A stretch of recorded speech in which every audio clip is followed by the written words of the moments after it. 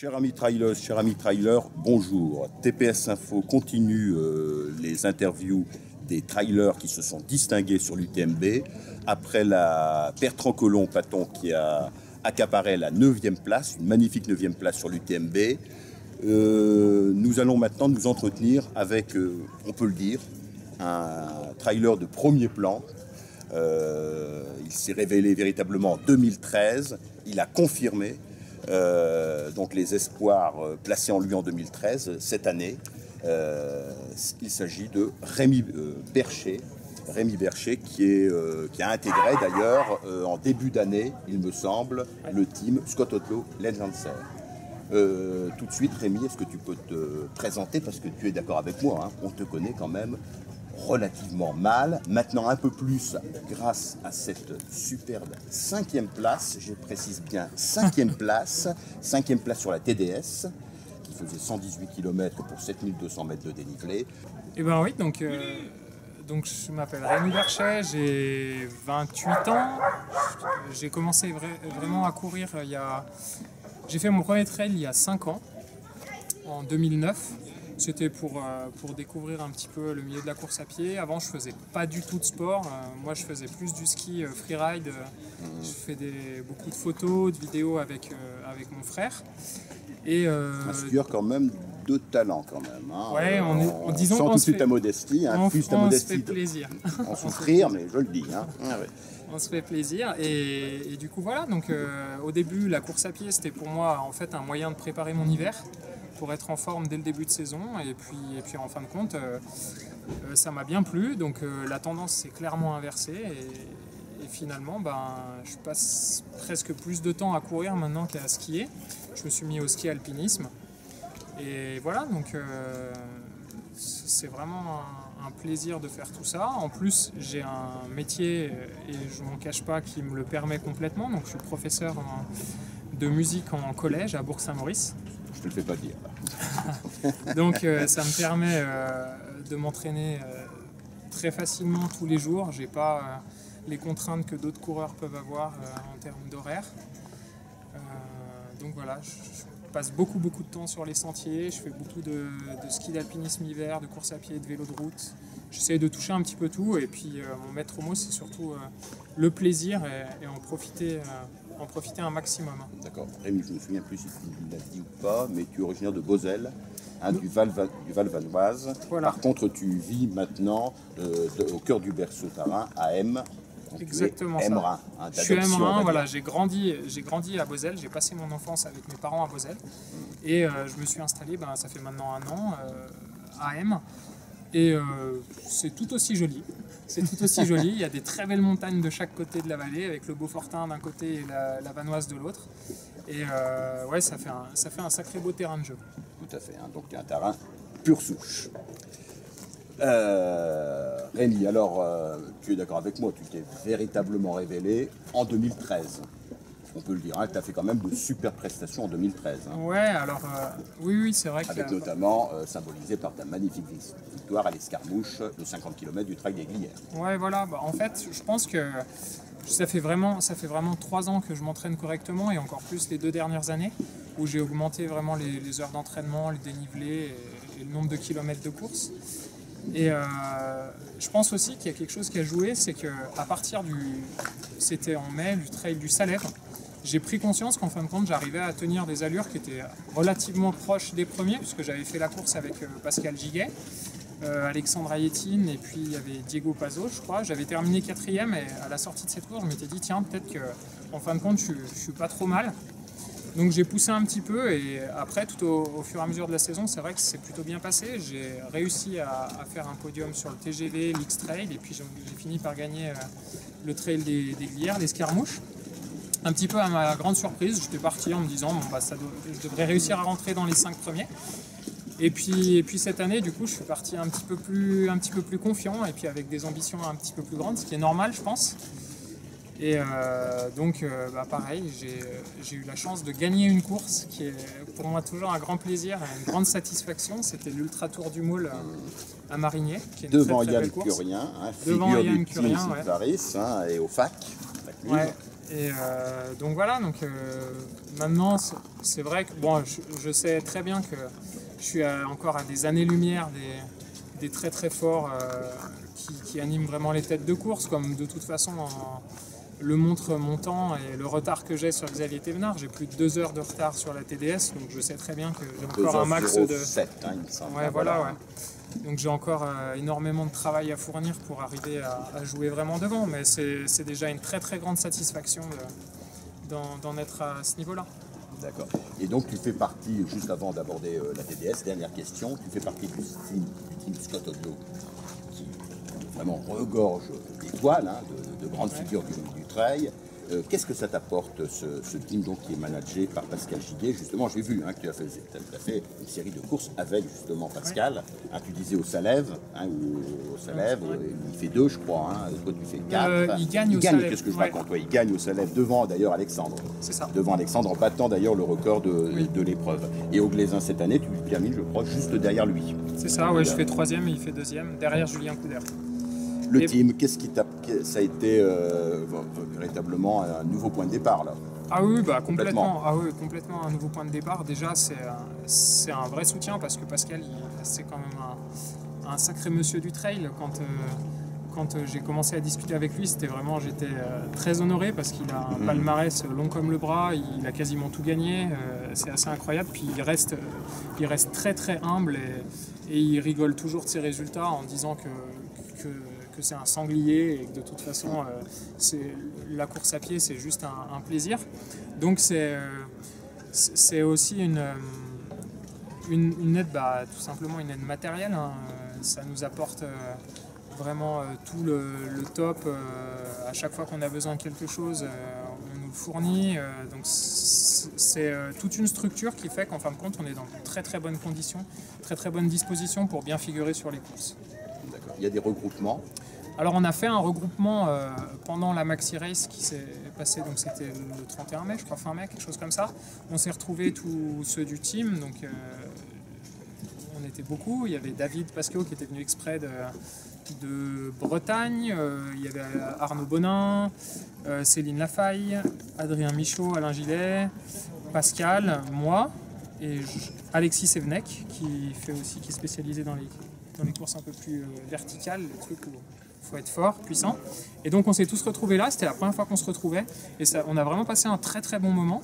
On a couru la marathon race en relais à 4 avec Céline, Arnaud et Alain. Et voilà, donc on s'est découverts tous et on s'est rendu compte qu'en fin de compte, on avait tous la même envie de se faire plaisir sans se prendre la tête, sans vraiment se mettre la pression. Team, hein. Et voilà, et ça je pense que c'est vraiment dû à Pascal qui nous inculque un petit peu cette façon de penser et cette façon de courir. D'accord, très très bien. Alors passons maintenant à la TDS. C'était pas tout à fait ton premier ultra. Tu avais déjà disputé une course supérieure à 80 km en 2011, la CCC, où tu termines, tu te rends compte, Rémi, 183e. 2011, et là donc 3 ans plus tard, 6e, tu vois, j'allais dire 6e. Alors justement, on va commencer par la fin. Sur le classement officiel de l'UTMB, il y a 4 secondes d'écart qui te séparent de Jordi Gamito, le catalan espagnol, je crois qu'il vit à Bangkok d'ailleurs. Oui, alors ça je sais pas. Voilà, oui. Alors qu'en fait vous arrivez bien de conserve. Tu peux nous dire l'explication de cette anomalie du tout? Absolument aucune idée. En plus, c'est marrant parce que mon frère, donc, qui m'a suivi pendant toute la course, a filmé l'arrivée. Et en plus, je passe la ligne avant Jordi, peut-être 1 seconde avant Jordi, et je suis classé 4 secondes derrière. Il est annoncé avant d'ailleurs. Hein. Tu sais, on voit la vidéo arrivée du 5e. Jordi Gamito, alors très très sympa. La vie devait être très connue, peut-être qu'on te connaît, tu vois, on ne connaît pas encore assez. Hein. On ne te connaît pas encore assez. Hein. Et voilà, donc il y avait 4 secondes d'écart, mais donc je le dis bien, Rémi Bercher a terminé 5e avec Jordi Gamito en 16h 16h12, 16h19, ou Ouais, 16h18, 18, ouais, voilà, 16h19, voilà, à 2h donc 07, mais avec une belle vitesse quand même. Ouais, j'ai pas regardé ce que ça faisait en moyenne. Ça faisait dans les 9, je crois. Dans les 9, c'est quand même pas mal du tout. C'est même extraordinaire. Bon, vas-y pour la TDS. Alors, je crois que tu es parti prudemment. Ouais, alors la TDS, je me suis répété vraiment. J'ai bien étudié le parcours, alors j'ai pas pu reconnaître toutes les parties, puis j'en avais pas tellement envie. J'ai reconnu uniquement la partie de Bourg-Saint-Maurice jusqu'au col de la Gite, donc pour voir le passeur, parce que j'avais lu beaucoup de choses comme quoi c'était une grande montée très difficile. J'aurais aimé reconnaître le col du Tricot, mais ça a été absolument impossible. De par mon planning, ce qui paraît fou pour un prof en été, mais bon, ça n'a pas fait. Donc je suis parti vraiment tranquillement. Je m'étais dit qu'il fallait que je m'économise dès le départ pour arriver encore en forme et frais à Bourg-Saint-Maurice. Je dois naviguer autour de la 15e place, je crois, jusqu'à Bourg-Saint-Maurice. Mon frère Clément me ravitaille super rapidement. J'ai le temps de tout manger, changer de chaussures correctement à Bourg-Saint-Maurice et je ressors du coup 12e. Et à partir de là, même si au classement je gagne 3 places jusqu'au passeur, ça a été vraiment très dur jusqu'au Fort de la Platte. C'était beaucoup de chaleur, c'est raide. C'est vraiment la difficulté majeure d'ailleurs. Ah ouais, moi c'est vraiment l'endroit que j'ai trouvé le plus difficile. En plus on change complètement de rythme parce qu'on arrive d'une portion descendante de 15 km qui est assez roulante, il n'y a rien de technique tout le long depuis le Petit Saint-Bernard jusqu'à Bourg-Saint-Maurice et on rattaque vraiment dans quelque chose de raide et surtout la chaleur. Donc là, j'ai vraiment pris mon mal en patience. J'ai essayé de bien boire, bien m'alimenter. Et puis, je voyais que je revenais tout doucement sur ceux de devant. Donc, je ne me suis pas affolé. Et à partir du Fort de la Platte, en fin de compte, c'est allé assez mieux. Peut-être parce que le terrain est plus propice à baisser le rythme cardiaque. C'est un peu plus plat. Et après, ça a été vraiment que du bonheur. Ça se passait tout correctement. J'avais mal nulle part. Le passeur prend l'oignon. Je me suis arrêté 3-4 secondes pour regarder le paysage, je suis descendu bien, puis je suis revenu assez vite au niveau du ravito du Cormet de Roseland sur Sébastien Nain. Je suis reparti juste avant lui, et puis on est monté, on voyait les 7e et 6e qui étaient un tout petit peu plus haut et qui avaient l'air très fatigués.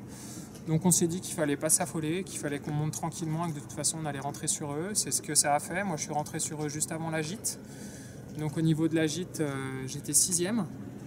Ce qui était complètement inespéré, puisque au départ je me disais qu'un top 10 ce serait déjà très bien. Et 6e, là je recroise mon frère qui me dit que le 5e est pas très loin, donc j'essaye de remettre une couche, de repartir assez vite dans le col de la Gite, je relance à chaque fois que je peux. Et puis je le vois avant le passage au ravito du col du Joly, je le vois qu'il est pas très loin. Là j'ai mes parents qui m'annoncent à 3 minutes derrière lui. Donc pareil, je m'affole quand même pas, je me dis que de toute façon je lui ai repris un petit peu de temps, donc c'est que je dois aller plus vite. Donc toute la descente je la fais tranquille jusqu'à Notre-Dame de la Gorge et je le reprends juste après Notre-Dame de la Gorge, un peu avant les Contamines. Donc on file ensemble au ravito des Contamines. Après les Contamines, je cache pas que j'ai essayé de partir. J'ai dû lui prendre à peu près 1 minute 30 et je pensais que du coup il était cramé, qu'il avait craqué. Et en fait il est revenu très tranquillement sur moi. Moi j'ai un peu temporisé, il est revenu et puis on a commencé à discuter. Et tant bien que mal parce qu'il est espagnol donc c'est pas super facile. Et puis les chalets de Miage, chalet du Truc, le col du Tricot, c'était très dur. Il m'a attendu, il a été très gentil. C'est vraiment une crème ce gars. Et puis toute la descente du col du Tricot ensemble, à 2 c'était quand même plus facile parce qu'on a allumé les frontales dans le col du Tricot. C'était vraiment une belle journée, on arrive aux Ouches ensemble, on nous annonce le 7e du coup à une dizaine de minutes, donc on ne s'affole pas, on se dit que ça doit faire pour la 5e place. Et puis on trottine encore bien correctement jusqu'à Chamonix, toujours pas de douleur, tout va bien, c'était vraiment comme dans un rêve. Et puis l'arrivée à Chamonix, donc 5e ex-aequo, grand plaisir. Une bonne fatigue quand même, une bonne grosse fatigue.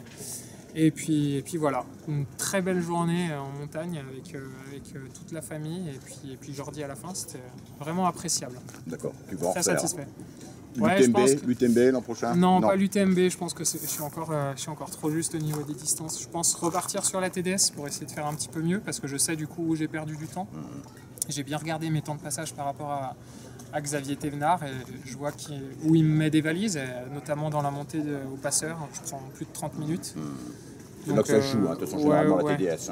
Ouais. Donc je sais qu'il faut que je parte peut-être un tout petit peu moins prudemment et pour perdre un petit peu moins de temps. Et puis voilà, et puis ça fera ce que ça fera. Mais bon, d'ici là, il y a une bonne période de repos. Et puis voilà. Voilà, j'allais y venir, c'est la toute dernière question, très rapide, Rémi. Ta fin de saison? Ma fin de saison, elle va être conditionnée par une chose essentielle. C'est qu'on attend un heureux événement avec ma chérie, donc c'est pour mi-octobre. C'est prévu mi-octobre, mais bon, je crois qu'on ne sait jamais, c'est le premier, donc on verra bien ce que ça donne. Si ça va jusqu'à mi-octobre, j'essaierai de courir soit les Aiguilles Rouges fin septembre à Chamonix, soit le Trail des Glières, qui du coup est une course qui me plaît bien, qui me convient bien. Et puis à ce moment-là, je pense que je rangerai les baskets, content d'en terminer, parce que je commencerai à être un petit peu fatigué, j'en ai fait pas mal cet été.